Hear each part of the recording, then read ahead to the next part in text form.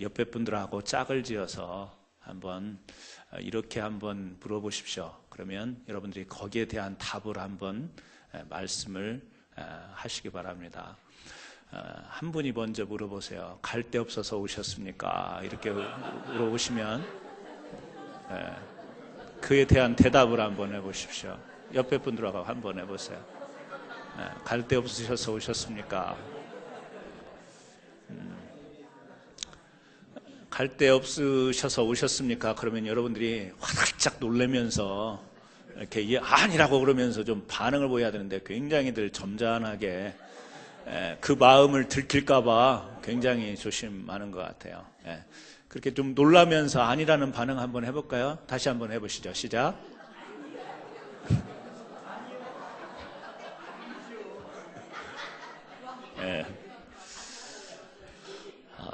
저는요 갈 데 없어서 여기 왔어요.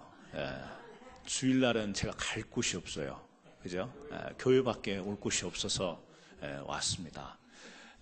하나의 질문은 우리가 화들짝 놀라면서 아니라고 반응하는 것은 그것은 세상에 갈 곳이 많지만 내가 오늘 딱히 할 일이 없어서 여기 왔다. 그런 의미로서 우리는 아니라고 거부의 반응을 보일 거고, 또 적극적인 긍정의 의미에서는 정말 우리는 주일날은 다른 곳이 갈 곳이 없고 하나님께 예배 드릴 곳만 갈 수밖에 없는 것이 내 믿음이고 또 내 진심이다. 이런 의미에서는 정말 세상에 오늘은 갈 곳이 없습니다.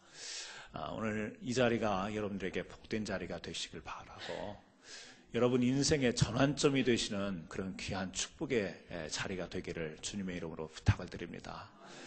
피곤하시면 조금 주무셔도 괜찮고요. 은혜가 사모되면 아멘도 하시고 할렐루야도 하시고 이렇게 마음으로도 인정하고 받아들이시고 깨닫는 귀한 시간 되시기를 주님의 이름으로 축원합니다. 오늘 우리가 창세기 26장을 보게 됩니다. 창세기 앞서 24장 지난주에는 우리가 이삭의 아내 리브가를 얻는, 그래서 아브라함의 종 엘리에셀이 이 리브가를 찾아 나서는 이 충성된 종의 모습을 저희들이 살펴봤고, 오늘 우리가 건너가긴 하지만 25장에 보게 되면 이제 아브라함이 이 땅에서 인생을 마치는 이 죽음의 내용이 나옵니다. 우리가 25장을 스킵하긴 하지만 이 말씀을 25장을 읽다가 잠시 생각한 것이 있었습니다. 뭐냐면 모든 사람은 조상이 된다라는 거죠. 자녀가 있으면 조상이 되고 또 자녀가 없더라도 우리가 이 세상에 누군가의 인생의 선배가 된다라는 거죠. 우리는 이제 죽음이라고 하는 것을 통해서 나중에 어떤 사람에게 조상이 되고 또 어떤 사람에게 인생의 선배가 될 텐데, 아브라함은 어떤 조상이었는가? 우리가 모든 사람이 이 시대에도 모든 사람이 그렇게 이야기하죠. 아브라함은 믿음의 조상이었다. 이렇게 우리가 별칭을 합니다. 아브라함이 그냥 막 살아서 얻은 이름이 아니죠. 아브라함이 그렇게 산 대로 사람들이 붙여서 부른 말입니다. 오늘 우리가 다시 한번 말씀을 보면서 우리는 앞으로 어떤 조상이 될 건가, 또 이 땅의 인생의 후배들 앞에 인생의 선배로서 어떤 선배가 될 것인가, 저는 오늘 다시 한번 이 말씀과 또 기도를 통해서 믿음 안에서 이 아브라함과 같이 좋은 믿음의 조상들, 또 믿음의 선배들이 되기를 주님의 이름으로 부탁을 드립니다. 26장에 넘어와서는요, 오늘은 이삭에 관한 이야기를 또 우리가 보게 돼요. 근데 오늘 26장 말씀을 보면 사실은 이삭의 이야기이긴 하지만 하나님께서 이삭에게 내리신 복이 무엇인가, 이거에 대한 관점으로 우리가 말씀을 보게 됩니다. 이 복에 관한 이야기가 시작과 또 끝에 26장에 나오는 거예요. 자, 오늘 이삭이 받은 복 우리가 잘 알고 있습니다. 이미 오늘 본문 말씀을 읽지 않아도 그 이삭이 받은 복 우리가 잘 알고 있는 것처럼 그 13장으로 보게 되면 12절, 13절 우리가 보게 되면 농사를 지어서 100배나 얻은 사람이 바로 이삭이다. 또 거부가 되었다. 하나님이 복을 주심으로 거부가 된 사람이 이삭이다. 이제 이런 이 거부가 되고 물질적으로 큰 복을 받은 사람으로서 하나님의 복을 받은 이삭, 이렇게 우리는 알고 있죠. 그런데 이 26장을 통해서 보게 되면 하나님께서 이삭에게 이렇게 흉년 때 다른 사람들은 다 애굽으로 그 기근을 피해서 내려가는 그때에 이삭은 그곳에서 농사를 지어서 백배나 얻고 하나님이 복을 주셔서 마침내 거부가 되었다라는 이 복을 하나님이 이야기하시려고 복이라는 것을 꺼내셨을까? 저는 그런 관점으로 이 복에 대해서 26장에서 살펴보고 싶은 거예요. 그래서 오늘 첫 번째로 이 이삭이 받은 진정한 복은 무엇인가? 우리 1절부터 4절까지 다시 한번 이 말씀을 같이 한번 합독했으면 좋겠습니다. 26장 1절부터 4절까지 같이 한번 큰 소리로 읽습니다. 아브라함 때에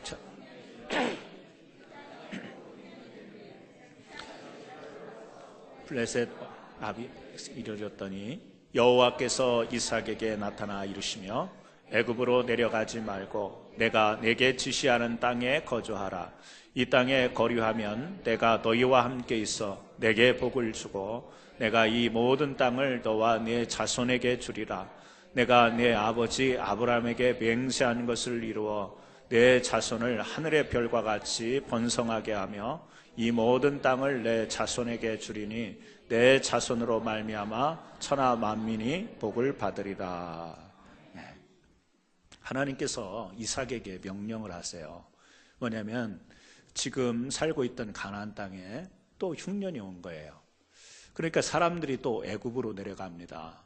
이집트는 이 나일강이 있어서 기근이 들어도 그 큰 강줄기가 있었기 때문에 그 당시에 고대근대 당시에 괜찮게 이렇게 살아갔던 지역이기 때문에 사람들이 그쪽으로 옮겨감에도 불구하고 하나님이 이삭에게 그곳을 떠나지 말라고 해요. 애굽으로 가지 말라고 이야기합니다. 그리고 그 땅에 머물러라.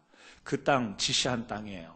여기로 오늘 26장에 보면 블레셋 사람들이 다스렸던 그랄이라고 하는 지역입니다. 이 가나안 땅 근경에 있는 곳인데 그곳 이상은 넘어가지 말라는 거예요. 그리고 그곳에서 머물라고 말씀하시면서 아브라함과 약속했던 그 축복의 내용을 이삭에게 다시 한번 언급하는 겁니다. 네 자손을 하늘의 별과 같이 많게 할 거다. 또 이 모든 땅을 네 자손에게 줄 것인데 그 자손으로 말미암아 이 세상에 이 천하 만민이 복을 받을 것이다. 그 약속을 하세요. 아브라함에게 약속하셨던 그 축복을 이삭에게도 그대로 말씀을 하시는 거예요. 그러니까 26장은 이 복의 말씀으로 시작을 하는데, 그런데 이 6절 이후로 보면 우리가 또 이 희한한 말씀을 접하게 됩니다. 뭐죠? 아들 이삭이 아브라함과 같은 동일한 실수를 해요. 자기 아내 리브가를 어떻게 하죠? 이 그랄 지역에 와서 자기 누이라고 속이는 사건이에요. 아브라함은 그런 실수를 애굽에 데려가서 한 번 하고 아비멜렉에게 한 번 하고 2번 실수를 했어요. 연도로 따지자면 이삭이 태어나기 이전이에요. 한 100여 년, 지금 이 사건으로부터 100여 년 이전이에요. 그러니까 아들 이삭이 아버지 아브라함이 그렇게 했던 것을 본 것도 아니에요. 그런데 희한하게도 어떻게 보면 똑같은 그런 실수를 범하는 것을 봅니다. 그래서 이제 이것을 바라보면서 이게 죄의 유전적 요소가 있는 건가? 뭐 이런 생각을 우리가 해보기도 하고요. 참 자식이 아버지의 행동을 본 것은 아닌데 이런 또 큰 실수를 한다. 분명히 하나님 앞에서 실수하는 거죠. 또 사람 아내와 사이에도 그렇고 실수하는 게 분명합니다. 자, 그런데 여기 이삭도 보면 그런 실수가 범해졌는데 성경의 배열상 앞에서 시작할 때 이 아버지의 아브라함의 복을 너한테도 줄 거다. 그 그랄이라고 하는 곳에 머물러 있어라. 이렇게 복을 이야기를 했는데 그 중간에는 인간의 허물과 실수의 이야기가 나와요. 이삭의 그 아버지가 실수했던 그 동일한 내용의 실수 이야기가 나와요. 그리고서 12절을 우리가 같이 한번 다시 봅니다. 12절 말씀해 보니까 같이 읽어요. 이삭이 그 땅에서 농사하여 그 해에 100배나 얻었고 여호와께서 복을 주심으로 그 사람이 창대하고 왕성하여 마침내 거부가 되어. 여러분, 우리가 성경을 읽다가 한 절 한 절 읽는 이 순서로 딱 읽다 보면 이 말씀이 굉장히 어렵게 다가오죠. 앞에서 복 이야기를 했는데 그래 놓고 이삭의 또 이 허물과 실수 이야기를 해요. 그래서 이제 그 아비멜렉은 이름이 아니고 칭호이죠. 이 아버지 아브라함도 아비멜렉과 그 자기 아내를 그 누이라고 속였을 때 그 아비멜렉이 나오잖아요.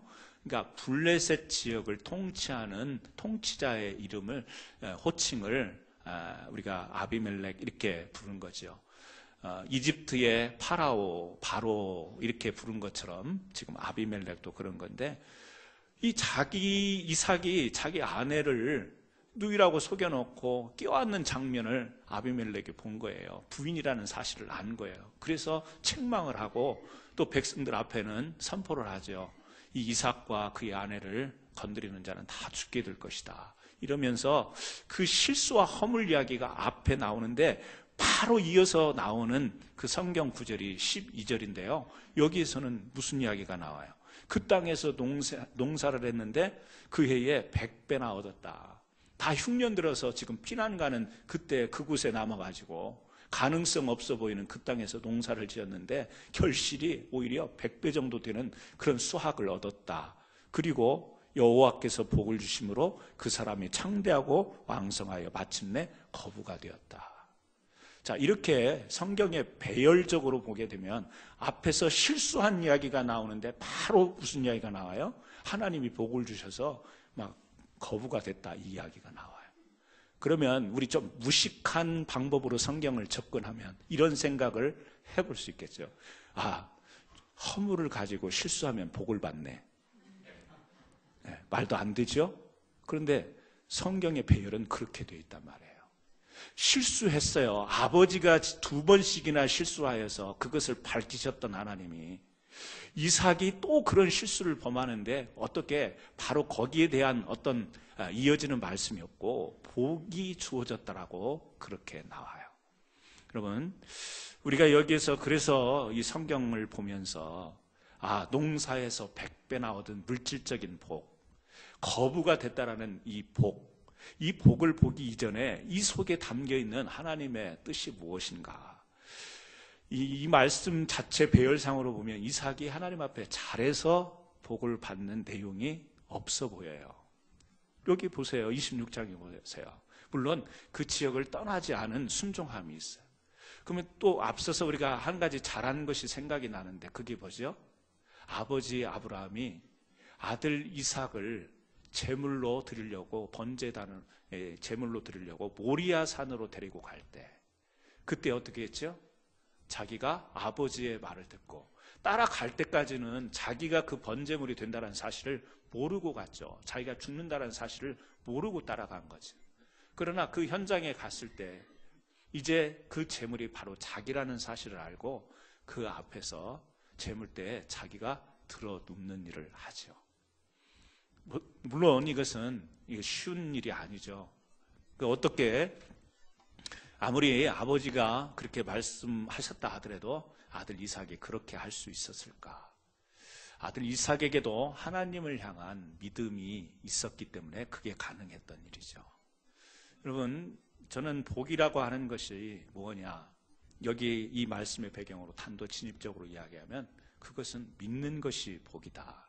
왜요? 아버지의 말을 듣고 하나님을 믿기 때문에 그가 그 자리에서 자기를 제물대에 들어 누울 수 있도록 자기 자신을 내어놓은 거죠. 그때 하나님께서 믿는 아브라함과 이삭을 위해서 뒤에 양을 준비해 놓으셨죠. 제물로 드려져야 했던 그 아들을 물론 하나님이 시험하신 것이긴 하지만 그 제물, 그래서 그 제물로 하나님 앞에 제사를 드리도록 그 보혈의 은혜로 그 아버지와 아들의 마음을 헤아리시고 예비하신 것, 준비하신 것을 통해서 하나님께 나아가도록 하는 거죠. 여러분, 믿는 자에게 하나님이 주시는 은혜가 있다면 그것은 뭐냐면 우리의 죄를 덮을 수 있는 은혜를 주신다라는 거예요. 우리의 허물을 하나님께서 덮어주시는 은혜를 믿는 자에게 주신다라는 거죠.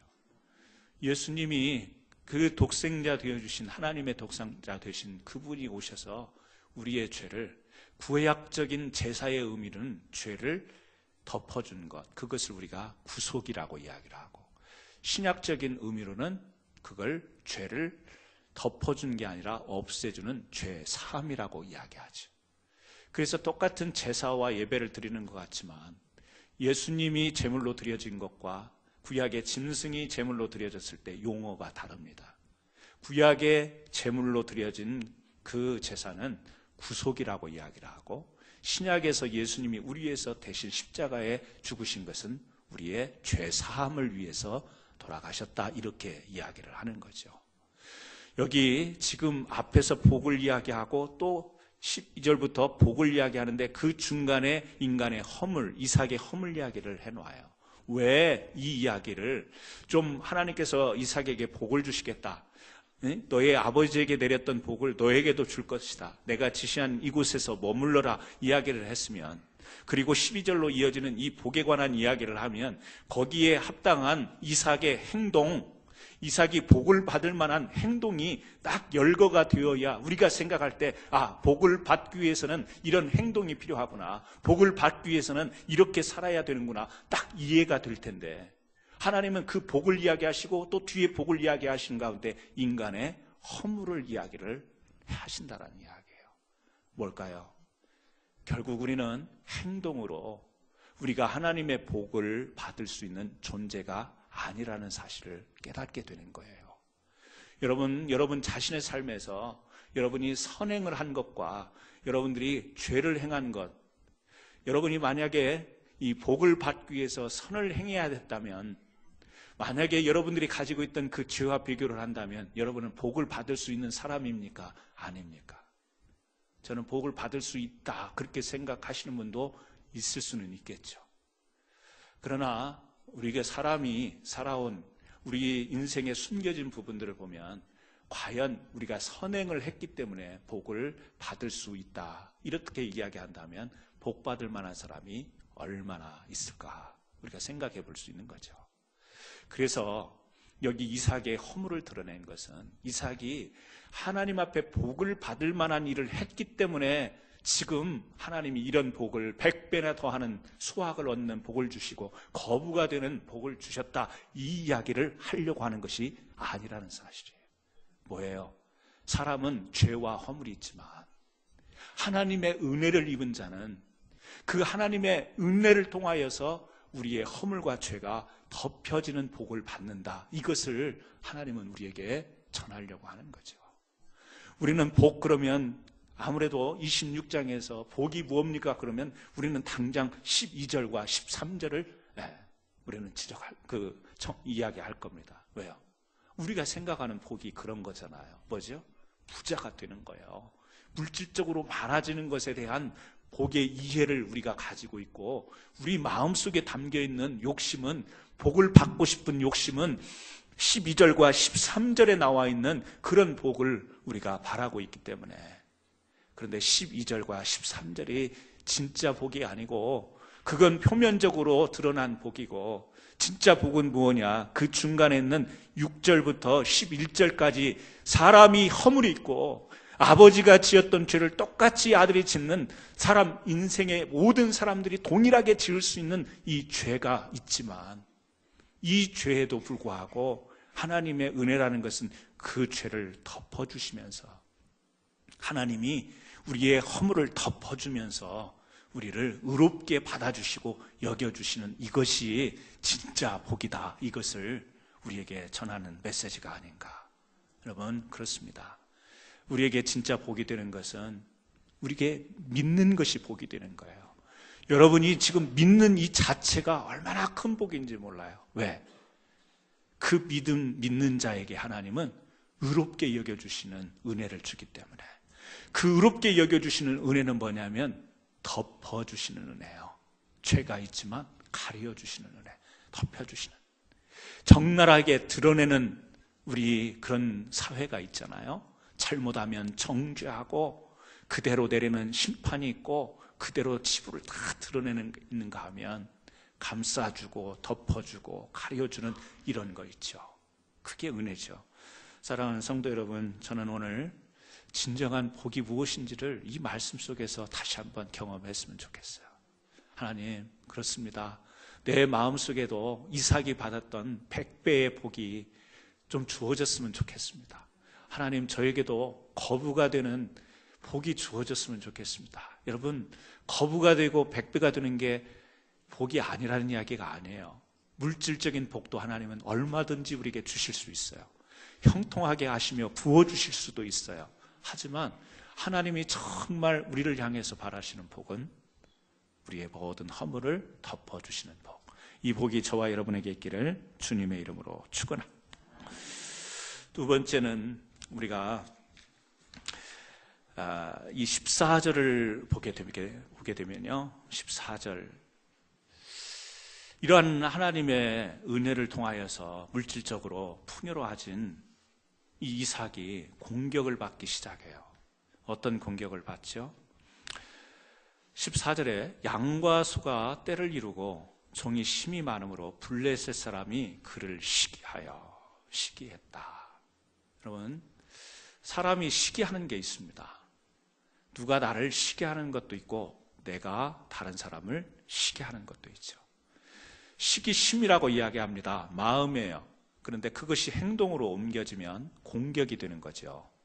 그래서 여기 보니까 지금 실질적으로 이 이삭이 그 지역에서, 그랄 지역에서 굉장히 이제 번창하고 번성할 때에 주변에 있는 많은 사람들로부터 시기를 받게 돼요. 그래서 15절에 보게 되면 그 아버지 아브라함 때 그 아버지의 종들이 판 모든 우물을 막고 흙으로 메웠더라. 중동 지역에 있어서 이 우물의 중요성이라고 하는 것은 생명과 같은 겁니다. 물이 있어야 사람이 살잖아요. 그런데 미운 거야.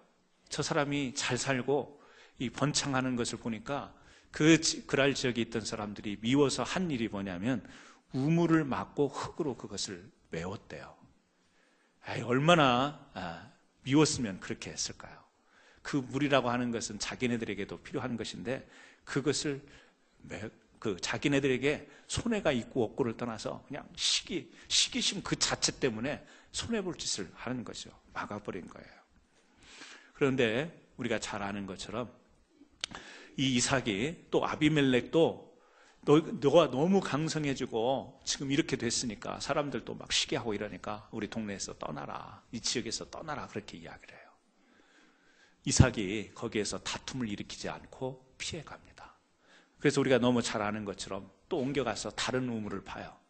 그런데 중동 지역에서 아무데나 땅을 파면 물이 나오는 게 아닙니다. 그래서 깊숙한 지하에서 이 수맥이 있어서 다행히 그 판 곳에 물이 나오면 그걸 부엘이라 그렇게 불렀다고 그래요. 지하수, 이게 이제 땅 밑에 물이 있다. 그래서 그걸 부엘 이렇게 이야기를 했다고 그래요. 뒤에 보면 부엘세바 이렇게 나오잖아요. 그러니까 물이 있는, 땅 밑에 물이 있는 그것을 부엘 이렇게 불렀는데 쉽지 않습니다. 딱 이렇게 땅 밑을 잘 관측할 수 있는 장비가 있었던 것도 아니고. 그런데 역시 하나님의 은혜를 입은 거죠. 땅을 파면 그곳에서 물이 나와요. 그런데 그렇게 사람들이 시기하여 우물을 막아버리고 흙을 메꾸고 이것을요 계속 반복적으로 해요. 그래서 우리가 뒤에 보게 되면 21절에 보면 또 다른 곳으로 다툼을 피해서 가서 우물을 파요.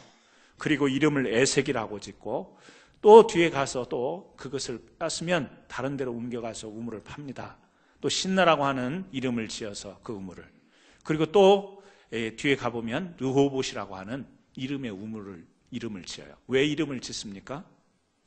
우물을 파서 살만하면 시기하던 그 지역 사람들이 와서 밀어내는 거예요. 쫓아내는 겁니다. 그 우물을 차지하는 거예요. 그러면 이삭은 아무 말 없이 조용히 떠나서 다른 곳에 우물을 파고 그 이야기가 계속 반복되어서 나오고 있죠. 여러분, 이런 이삭을 보면서 어떤 생각이 들까요? 어떻게 우리가 만약 이런 상황이라고 하면 좋게 말하면 온유해서 양보하고 떠난다. 우리는 성경을 볼 때 그렇게 이삭을 평가하지만 이 삶의 현장으로 보면 이게 조용하게 온유해서 양보하는 것으로 볼까요? 무능해서 쫓겨나는 것으로 보이지 않습니까? 사람이 한번 말도 큰 소리도 제대로 따져보지도 못하고 한번 팔 걷어붙이고 한번 너 죽고 나 살자 한번 해보면서 이렇게 하는 것도 아니고 조용히 옮겨가는 이런 모습을 보면서 어떻게 보면 참 무기력하고 무능한 사람처럼 보여지죠. 그러나 우리가 성경 전체를 이해를 하지만 결코 그가 단순하게 그냥 이 무기력하게 도망치거나 피하는 것이 아니라는 사실이에요. 왜요? 그 나중 결과를 보면 이 이삭을 통해서 하나님이 은혜를 준 이삭을 통해서 이 빼앗았던 사람들의 태도와 그 빼앗았던 그 사람들의 그 다투려고 했던 모습들이 얼마나 이 허무한 모습인가를 성경은 보여주고 있기 때문에 그렇습니다. 우리가 살아가다 보면 참 사소한 일인데 다툴 일들 참 많습니다. 안 다투고 사시는 분 없을 거예요. 아마 오늘 예배 보러 오기 전에도 다투시다 온 분도 있을지도 모르겠어요. 옷 입다가 뭐 그런 옷 입고 교회 가냐, 뭔 상관이냐, 내가 입고 가는데 뭐 그런 것으로부터 시작해서 저도요 늘 온유와 평강 이런 것을 설교하고 선포하는데도 저에게도 다툼이 있죠. 제일 다투고 싶을 때가 언제냐면 식당 가서 식당에 갔는데 제가 먼저 왔는데 늦게 온 사람 음식부터 나올 때 여러분 그런 적 있죠? 그래서 묻죠. 정중하게 묻습니다. 저희가 먼저 왔는데 왜 저쪽이 음식이 먼저 나옵니까? 그러면 여지없이 핑계 대는 게 저쪽 음식은 쉽게 조리할 수 있는 거 빨리 나오는 거고 손님이 시킨 음식은 이렇게 좀 준비 시간이 걸리는 음식입니다. 그래도 마음이 부글부글 끓는데 어떤 때는 보면 똑같은 음식을 시켰는데 저쪽이 먼저 나와요. 그럴 때 여러분 어떠세요? 물론 컴플레인 할 수는 있죠. 네, 저는 그게 잘 안 돼요. 컴플레인 수준에 머무는 게 아니라 제 자신의 폭발 일보 직전에 목사만 아니면 탁 숟가락 젓가락 내려치고 나가버리고 싶어요. 그냥 어떻게 내가 먼저 왔는데 저쪽부터 먼저 주냐, 이런 일이 세상에 있을 수 있는 일이냐, 그러면서 안 먹으면 안 먹었지 나가버리고 싶은 그런 마음들이 가끔 한 번씩 있죠. 여러분 웃지만 여러분은 저보다 더 할걸요. 불러다가 막 팁도 안 놓고 가고 막 그럴걸요. 우리가 생활 속에서 다툴 만한 일들이 얼마나 많은지 모릅니다.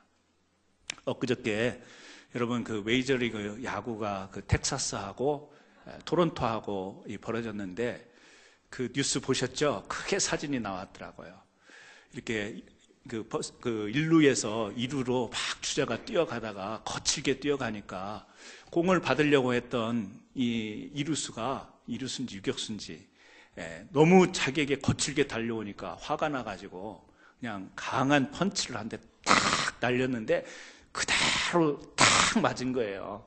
그게 계속해서 방송에 뉴스에도 나오고 신문에도 크게 나왔는데 제가 더 놀란 사실은 텍사스에 계시는 제가 아는 목회자분인데 그분이 페이스북에다가 그걸 올린 거예요. 그 사진과 그 밑에 텍사스 화이팅 뭐 이런 식으로 올린 거예요. 그래서 제가 놀란 거예요. 아니 어떻게 목회자가 그렇게 막 강한 펀치를 날린 걸 보고 아무리 텍사스 살지만 그렇게 할 수 있냐. 저 속으로는 시험 들었죠. 제가 어떻게 그럴 수 있는가. 이 야구 경기를 운동을 하다가도요 다툼이 벌어져요. 그런데 아마 텍사스에 사는 사람들은 그게 시원했나 봐요. 그죠? 한 방 그냥 탁 날린 게 되게 시원했나 봐요. 그래서 어떤 식당에서는 그 때린 선수에게 평생 식당 공짜로 하겠다 이렇게 막 방송에도 나오고 그랬던데 아무래도 마음은 시원할 수 있겠죠. 뭐 이렇게 경쟁하는 또 게임하고 이러니까 경쟁하는 그런 가운데에 어떤 잘못한 거에 대한 응징으로 마음이 시원하다, 잘했다 뭐 이런 건 있을 수 있지만 우리가 거기에 어쨌든 주먹질하는 이 폭력에 대한 동조나 또 행동의 동참 이런 것은 우리가 해서는 안 될 일이죠. 마음이라는 것은 우리가 그럴 수 있습니다. 다투고 또 다투는 가운데 내가 이겼으면 하는 마음이 있고 또 내가 이기지는 못해도 저 사람이 그 응징에 대한 대가로 어떻게 되었을 때 마음의 시원함 이런 것은 느낄 수 있지만, 그런데 여기 이삭도 보면 그가 우물을 팠던, 아버지가 팠던 우물을 흙으로 메울 때에 자기 마음이 얼마나 안 좋았겠어요.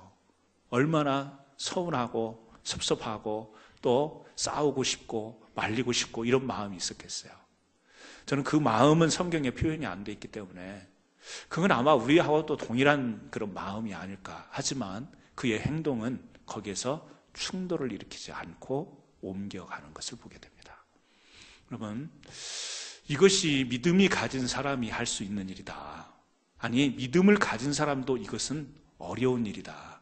하지만 적어도 이 믿음의 사람, 하나님의 은혜를 받고 사는 사람은 정면 충돌, 물론 우리가 세상에서 이겨야 될 대상도 있고 이겨야 될 때도 있어요. 싸워야 될 때도 있지만 보편적으로 우리 하나님의 은혜를 받고 사는 사람, 믿음을 가지고 사는 사람은 비록 마음까지는 그렇게 우리가 온전하게 되는 것은 아니라 할지라도 그 마음을 제어하고 절제하면서 행동으로 무력적인 충돌을 일으키고 다툼을 일으키는 게 아니라, 하나님이 내가 이곳에서 팠던 우물 다른 곳에 파더라도, 사람들은 물이 나오지 않는 실패를 경험하더라도, 나를 살게 하신 하나님, 어디를 가더라도 나와 함께 하시는 하나님이 또 물을 나오게 하실 거라는 그 하나님의 은혜, 그 믿음으로 이 이삭은 그의 행동을 옮겨가지 않았을까. 여러분, 믿음이라는 게 그런 거 아니겠어요? 믿음이라고 하는 것은 은혜가 강력한 거예요. 그 하나님이 주신 은혜의 힘이 있을 때 우리가 믿는다, 이렇게 이야기를 할 수 있는 거죠.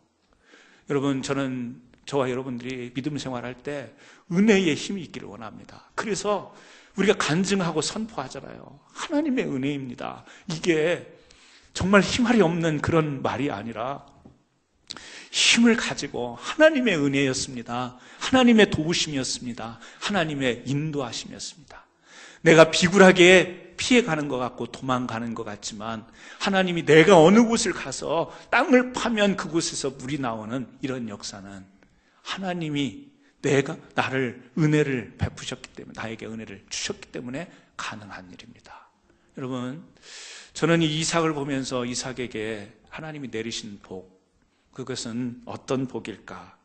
저는 이 물질적인 이 많은 거부가 되는 이런 복도 복일 수 있지만 은혜가 자신의 삶을 다스릴 수 있는 복, 이것이 하나님이 이삭에게 주신 복이 아닐까.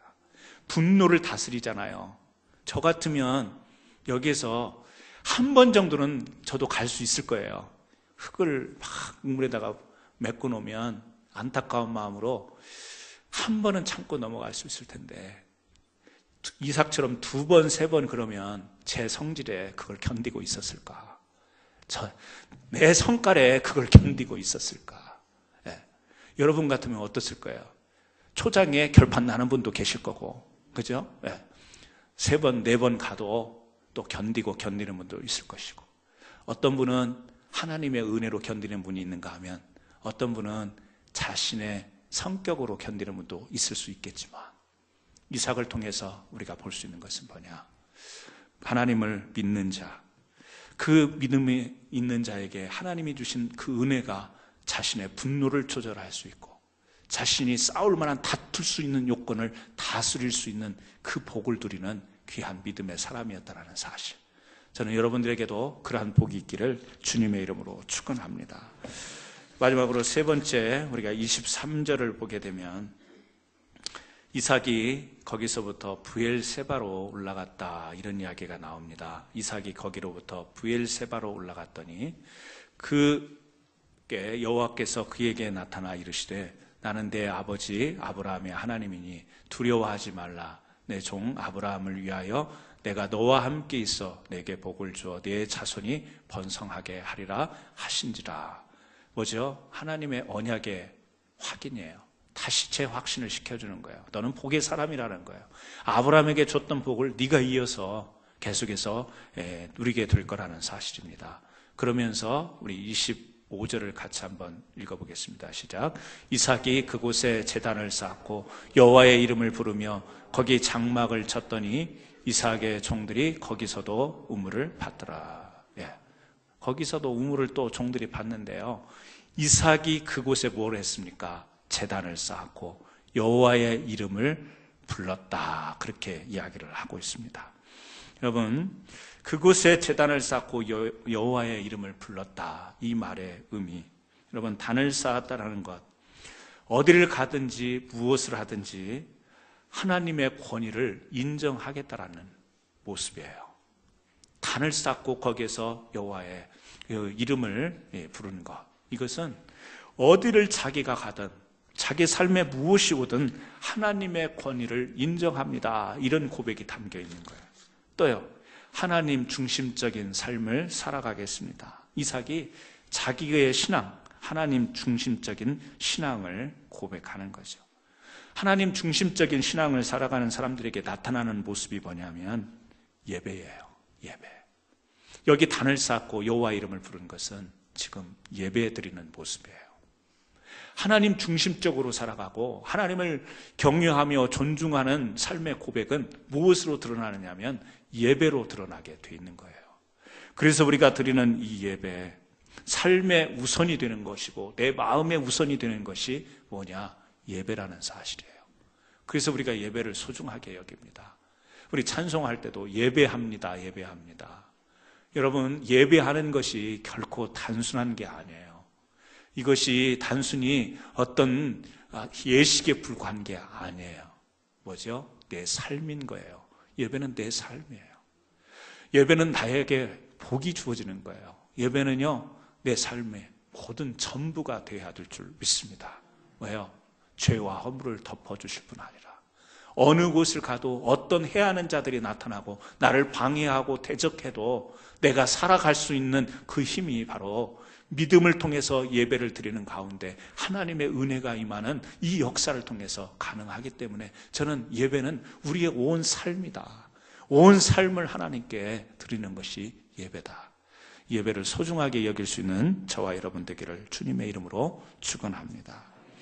이 제단, 브엘세바 제단을 통해서 하나님은 축복을 다시금 확인하시고 그 축복의 확인을 받은 이삭은 하나님께 단을 쌓고 여호와의 이름을 부를 때에 26절부터 나타나는 결과는 뭐죠? 오늘 우리가 읽었던 말씀이에요. 아비멜렉과 그 지역의 사람들이 이삭을 찾아와요. 찾아와서 하는 이야기가 뭐예요? 28절에 그들이 이르되 여호와께서 너와 함께 계심을 우리가 분명히 보았으므로 우리의 사이에 곧 우리와 너 사이에 맹세하여 너와 계약을 맺으라 말하였노라. 자, 그 우물을 계속해서 빼앗고 막았던, 그리고 떠나라고 했던 아비멜렉과 그 지역 사람들이 이삭을 찾아와서는 뭐라고 이야기해요? 지금 하는 말이 여호와께서 너와 함께 계심을 분명히 보았다. 그냥 하는 말이 아니고 분명하게 봤다. 뭐를요? 하나님이 당신과 함께하는 것을. 여러분, 하나님의 은혜는 이런 것이고 진짜 우리가 하나님 앞에서 받는 복은 무엇인가? 저는 하나님이 우리와 함께하는 것, 하나님이 우리와 함께 하신다는 사실을 사람들이 분명하게 알 수 있는 삶을 살아갈 수 있는 이것이 저는 복이라고 생각이 되어져요. 여러분을 보면서 저분은 정말 믿는 사람이야. 저분은 캔사스 한인 장로교회 아무개 장로님, 권사님, 집사님이지 성도님이지 분명하게 여러분을 향해서 누군가 저분 누구세요? 그러면 모르겠어요. 어느 교회 다니시는 거 모르겠어요. 저분이 어느 교회 사람들이 이렇게 불분명하게 여러분의 정체성을 이야기한다면 우리는요, 그건 어떻게 보면 복과 멀어져 있는 삶을 혹시 살고 있지는 않는 거지. 분명해야죠. 저 사람은 크리스찬입니다. 저 사람은 어느 교회에 어떤 그 섬김으로 열심히 교회를 다니고 있습니다. 여러분, 어떤 측에 들어가세요? 분명하게 사람들이 여러분을 그렇게 그리스도인으로 또 우리 교회의 한 성도로 그렇게 말씀하십니까? 아니면 저 사람 저기 어디 다녀요? 이러고 저 사람 도대체 믿는 사람인지 아닌지 모르겠어요. 이런 이야기를 듣습니까? 목사로서 기대감은 그럴 사람이 한 분도 없는 줄로 알고 그렇게 믿고 싶습니다. 그래야죠. 저분이 누구예요? 캔사스 한인장로교회 목사입니다. 분명해야죠. 제가 어디 갈 때 막 위장하고 목사 아닌 척하고 캔사스 어디 갈 때 막 가발 쓰고 막 이러고 위장하면서 다니면 여러분들 어떻게 생각하시겠어요? 아니죠. 어디를 가든지 캔사스 한인장로교회 목사로서 당당하게 살아가기를 여러분이 원하시죠? 네. 아니에요? 오늘부터 한번 위장해 볼까요? 그러면 저는 여러분들을 향해서 어떤 마음이 있을까요? 캔사스 한인장로교회 교인으로서, 아니 교인을 넘어서서 진정한 그리스도인으로, 그리스도인 가운데서도 하나님의 복을 누리는 그런 믿음의 신실한 종들로 세상에 나가서 살아가기를 기대하고, 또 밖에서 그런 소리도 듣고 싶고 그런 거 아니겠어요? 우리 서로가 그런 거죠. 우리 교회만 그럴까? 아니죠. 세상의 모든 그리스도인들이 그렇게 되기를 간절히 원하는 거죠. 여기 보면 이삭이 이제 한마디 하죠. 27절에 그들에게 이르되 너희가 나를 미워하여 나에게 너희를 떠나게 하였거늘 어찌하여 내게 왔냐. 나를 방해하고 그렇게 못 살게 할 때는 언제고 이제 와가지고 이러냐. 그랬더니 29절을 보세요. 너는 우리를 해하지 말라. 이는 우리가 너를 범하지 아니하고 선한 일만 네게 행하여 네가 평안히 가게 하였음이라.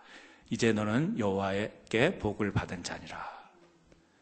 아비멜렉이 하는 이야기인 것 같은데요. 뭐라고 이야기하죠? 우리가 너를 범하지 않고 선한 일만 우리가 너한테 했잖아. 이삭에게.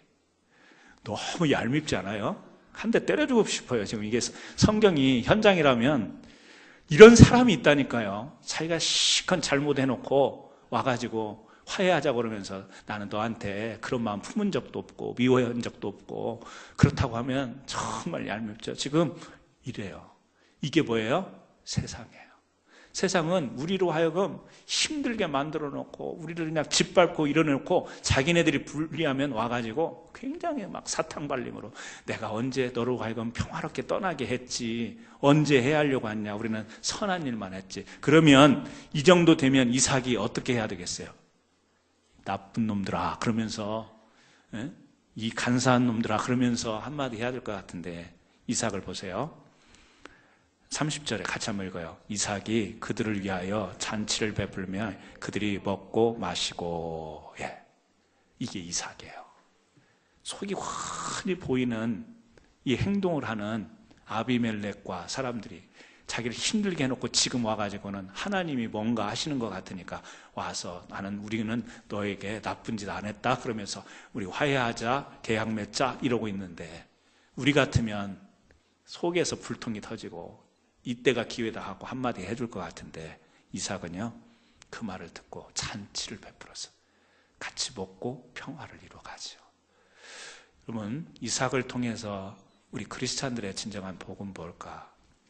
100배나 얻는 많은 물질과 거부가 되는 것도 중요하지만 우리 믿음의 사람들에게 주어지는 복 가운데 하나는 세상을 평화롭게 하는, 세상에 화평을 주는 이와 같은 힘과 능력이 하나님의 은혜를 통해서 있다는 이것이 복인 줄로 믿습니다.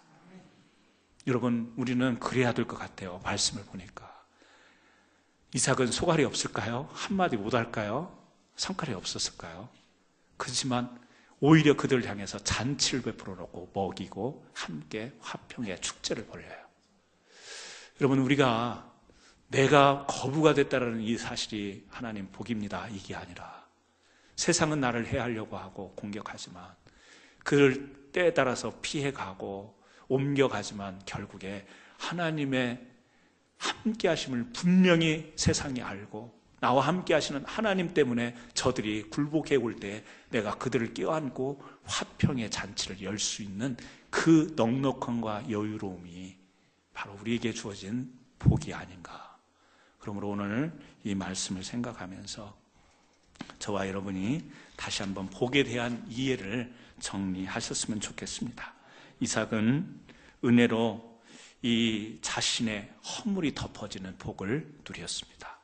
오늘 우리도 예수님의 은혜로 우리의 죄가 이 사함받는 놀라운 복을 받았고, 하나님의 은혜로 다투지 않고 자기의 분노에 그렇게 빠지지 않고 자신의 삶을 다스려 나갈 수 있는 이와 같은 복, 또 세상을 향해서 나를 공격해 오고 나를 힘들게 하지만 오히려 하나님의 함께 하심을 통해서 세상의 화평에 그 하나님의 은혜를 내가 또 역할을 감당하며 끼칠 수 있는 이 복을 저와 여러분이 감당하기를 주님의 이름으로 축원합니다.